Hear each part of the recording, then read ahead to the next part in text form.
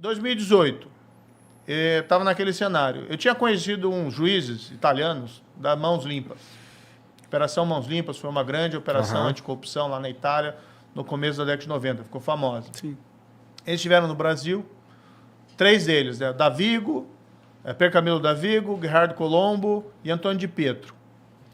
E todos eles me diziam mais ou menos o seguinte: olha, aquilo foi legal, foi bacana, a gente conseguiu, por um tempo, derrotar a corrupção, e depois o sistema político reagiu.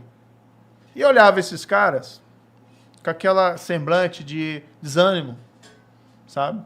Às vezes ele até se culpando, por será que tivesse feito uma coisa diferente, talvez tivesse mudado a história, né? Mas no fundo eles não, eles não são culpados. Culpados são aqueles que reagiram e que restabeleceram o sistema da corrupção. E eu olhava aquela situação e pensava assim, puxa, eu não quero ser esses caras daqui a 10 anos. E de olhar para trás e ver, pô, Lava Jato foi ótima, mas a corrupção voltou e o sistema de impunidade também voltou. Mas ela deixou de existir? Tipo, durante esses 4 anos? Ah, diminuiu bastante. É que a gente não tem como saber realmente. Né? A Lava Jato, eu não sei se você tá por dentro, até porque tá fora disso daí há um tempo, mas ela ainda atua? Não, agora ela foi eliminada foi extinta pelo atual chefe do Ministério Público, Procurador-Geral da República, o Aras. Né? Foi extinta, que não gosta muito de tu, né? Essa história é bem interessante, cara. Muitos atribuem ao Bolsonaro uma quebra da Lava Jato, como se ele tivesse... Porque ele que pôs o Aras ali, né? Veja só, assim, né? Aí o presidente eleito, que hoje a gente vê o Bolsonaro, mas eleito lá em 2018, tem uma chance de dar certo. Eu pensei, pô, vou tentar evitar que tenha aquela reação. E foi esse meu objetivo. E aceitei. Eu não queria olhar para trás e me arrepender de não ter acolhido essa chance, entendeu? Às vezes você se arrepende mais do que você não faz do que aquilo que você faz. E fui, mas sempre permaneci fiel àquilo que eu acreditava. Agora, de fato, o que a gente foi vendo e essa é a minha interpretação aqui dos fatos dos últimos anos. O pessoal não quer que se combata a corrupção. É aquele fio que nunca acaba. O presidente tem lá investigação, família dele rachadinha. Né? Ele tem medo também que a investigação chegue nele. E daí ele chegou a partir de determinado momento do mandato dele e começou, olha, tem que enfraquecer o combate à corrupção. Como que ele comunicava isso? Porque, não, obviamente, ele não falava. Se ele falasse isso para mim... Não, mas ele não falava, obviamente. De que forma ele comunicava isso? Como o governo comunicava que era essa direção? Como você percebia que é essa direção que ele estava indo? O primeiro elemento que revelou isso foi quando teve aquela questão do COAF, né? O COAF é um órgão de inteligência de lavagem de dinheiro no Brasil e estava no Ministério da Justiça, no meu braço, alçada, vamos dizer assim, na minha alçada. A gente tinha melhorado o COAF, tinha aumentado o número de pessoas do COAF, isso é demonstrado numericamente, inclusive.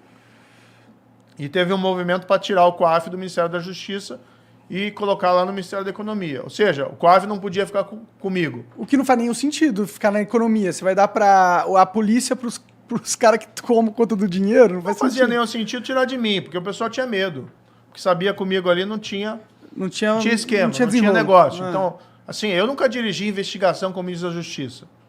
O ministro da Justiça não é o super tira, mas ele dá estrutura e tem que dar independência para o pessoal fazer o trabalho deles. Isso eu fazia. Então, o primeiro sinal foi esse. O governo trabalhou para que o COAF fosse lá para o Ministério da Economia. Tá? Depois teve uma decisão do Supremo que beneficiou lá o filho do presidente, parou uma investigação, foi uma liminar de um dos ministros. O governo também não queria que a gente... O problema é que essa liminar ela parava todas as investigações de lavagem de dinheiro no país. Né? Parava tudo. E o presidente não queria que a gente mexesse nisso. O presidente me falou assim, Moro, se você não vai ajudar, não atrapalha. Porque ele não queria, porque eu tinha falado para ele, presidente, essa liminar, até entendo lá o teu processo de investigação do seu filho, mas assim, para o país ela é um desastre, porque para tudo. E aí ele não queria que eu fosse lá trabalhar contra a liminar no Supremo. Claro que eu não sou advogado de ninguém para lá interferir no processo do filho do presidente. Mas quando você tem uma decisão judicial que afeta todo o sistema, Aí o ministro da Justiça tem que atuar. Depois teve aquele projeto, mas depois eu desobedeci isso, para falar a verdade. Não tem como aceitar uma ordem dessa, né? E depois essa liminar caiu, mas ficou lá uns 4 meses parado, os processos, por conta lá, porque não podia prejudicar o filho do presidente, que é um absurdo.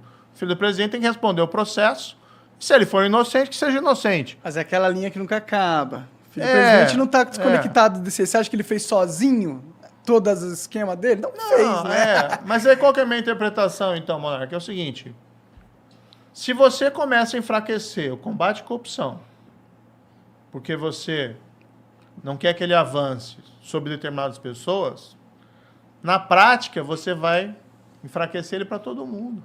Sim, com Por certeza. que o Lula foi solto? Por que você tem... Hoje ninguém é preso por corrupção no país? Qual que é a última operação que você ouviu falar da Polícia Federal que alguém foi preso por corrupção? Isso acontecia todo dia. Eu sei que tem muitos jovens que assistem o programa de vocês, às vezes não lembram da Lava Jato. Na Lava Jato, todo dia quase tinha operação da PF, autorizada por mim ou por outro juiz. Todo mundo bolado com o japonês da Federal. Que se fudeu depois. Exatamente. Então você tinha lá o pessoal indo preso. E eu acho que isso não é assim, vingar, quer ver as pessoas humilhadas. Não. Você quer ver justiça. Você quer chegar pro teu filho lá na tua casa e falar, filho, roubar é errado. Se você fizer isso, você vai sofrer consequências. O que a gente está ensinando para os nossos filhos quando você vê o desmantelamento da Lava Jato, quando você vê o desmantelamento do combate à corrupção e quando você começa lá a perseguir juiz, procurador, porque eles ousaram se opor a esse sistema de corrupção? Que país que você está criando? Daí o pessoal, o Brasil não cresce porque o ministro da Economia toma a decisão errada, ou o combustível tal. Não, o país não cresce, sabe por quê? Porque a gente não aprendeu que instituições, democracia, lei tem que estar acima de todo mundo. Ou seja, você precisa dar um passo civilizatório. E aí as coisas começam a funcionar.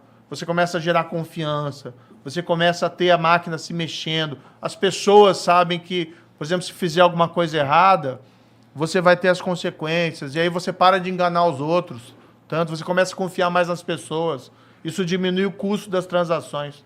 Vou colocar um exemplo aqui que eu acho bem legal. Eu fui morar nos Estados Unidos. Nos Estados Unidos, aluguei uma casa,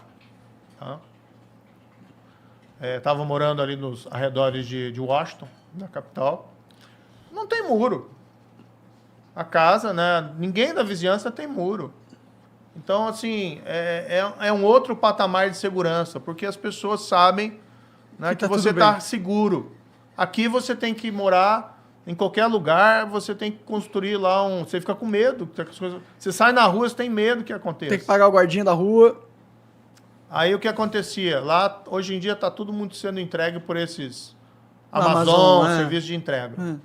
Às vezes você encomendava alguma coisa e o pessoal levava o pacote para entregar na tua casa e nem tocava campainha. Às vezes aquilo lá, eles entregavam lá tarde da noite, passava o dia inteiro. Até outro dia alguém perceber que tinha um pacote lá enorme e ninguém tinha mexido. Tem muito roubo disso de pacote lá também. Mas olha, menos, porque você tem assim, o que é? Você vai criando uma confiança. Não, lá é com certeza menos que no Brasil. O Brasil é uma sociedade que ela não respeita as leis. É porque as leis também não respeitam a sociedade, tá ligado? A gente tem tanta lei injusta, tanta lei que atrasa todo o sistema, entendeu? Tipo, as nossas leis tributárias, elas são totalmente burras. Elas só atrapalham o empresário que quer realmente crescer, entendeu? Eles dificultam a vida. E aí a gente acaba meio que falando, mano, se o sistema tá tudo contra mim, ele tem regras burras, tudo é feito para tirar meu dinheiro e me fuder. Por que eu vou obedecer às regras do sistema? Mas aí eu vou te explicar o que acontece, né? Na minha opinião. Por isso que a gente também não vai para frente. E esse nosso projeto, lei tem que ser para todo mundo. Então você tem um sistema de imposto que prejudica o empresário. Prejudica o trabalhador. A gente fica falando assim, por que não tem emprego, né? Vai contratar alguém com carteira... Se o empresário tá fudido, não vai empregar ninguém, né? Mas assim, vai contratar alguém com carteira assinada e você vê o quanto imposto tem que pagar, né? Parte vai para o trabalhador e parte... Você tem um gasto muito grande adicional porque você quer fazer a coisa certa, você tem o imposto, mas tem que pagar enormemente. Sim. Tá?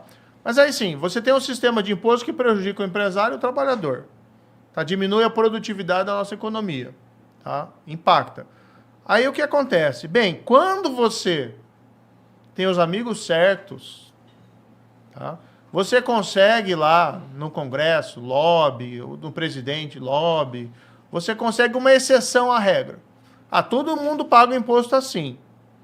Não. Mas tem os amigos do rei. Mas o amigo do rei paga menos porque ele está num regime de exceção. Ou o que acontece é, o cara não paga, tá? Aí você tem alguns que sofrem a consequência por não pagarem quando são descobertos, e outros que são amigos do rei e nunca sofrem nada. Então o que a gente precisa no país, eu concordo com você, a gente precisa de boas leis, tem leis injustas, tá? Mas a gente precisa parar de criar essa história do jeitinho, entendeu?